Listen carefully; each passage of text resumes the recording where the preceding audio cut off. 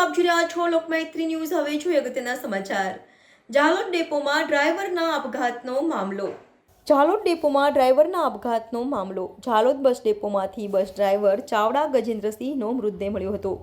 બસ ડ્રાઈવરના પરિવારજનો Jhalod civil hospital ખાતે પહોંચ્યા હતા। ડ્રાઈવરને માનસિક ત્રાસ હોવાથી આત્મહત્યા કરી હોવાના પરિવારજનોએ આક્ષેપ કર્યા હતા। જસદણ ડેપો મેનેજર અને વિભાગીય સ્ટાફ દ્વારા હેરાન કરતા હોવાના આક્ષેપ લગાવ્યા હતા। આ વિષયમાં તટસ્થ તપાસ થાય તેની પરિવારજનોની માંગ છે।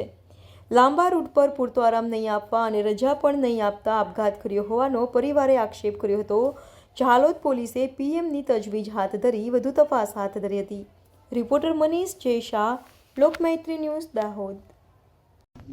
મારું નામ નાગેન્દ્રસિંહ।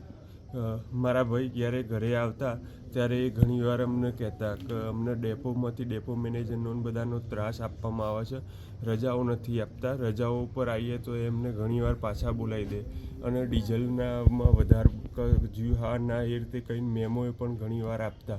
એ રીતનું ડેપો મેનેજરને ત્યાં ત્રાસ આપતા હતા, શારીરિક અને માનસિક। અમારા ભાઈને રજા લઈને ઘરે આવેલા હોય તો એ પણ પાછા બોલાવી લેતા, કહે છે કે ડ્રાઈવરો નથી, આમ નથી, તેમ નથી, કંઈ પાછા બોલાવી લેતા હતા એમને।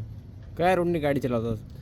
એ રોજ અલગ અલગ નાઇટો મૂકતા હતા। અમને તો એવું પણ જાણવા મળ્યું કાલે 12:30 એ નોકરી પૂરી કરીને આવ્યા અને સાંજે 5:30 તો એમને આ 300-400 કિલોમીટરનો રૂટ આપી દેવામાં આવ્યો।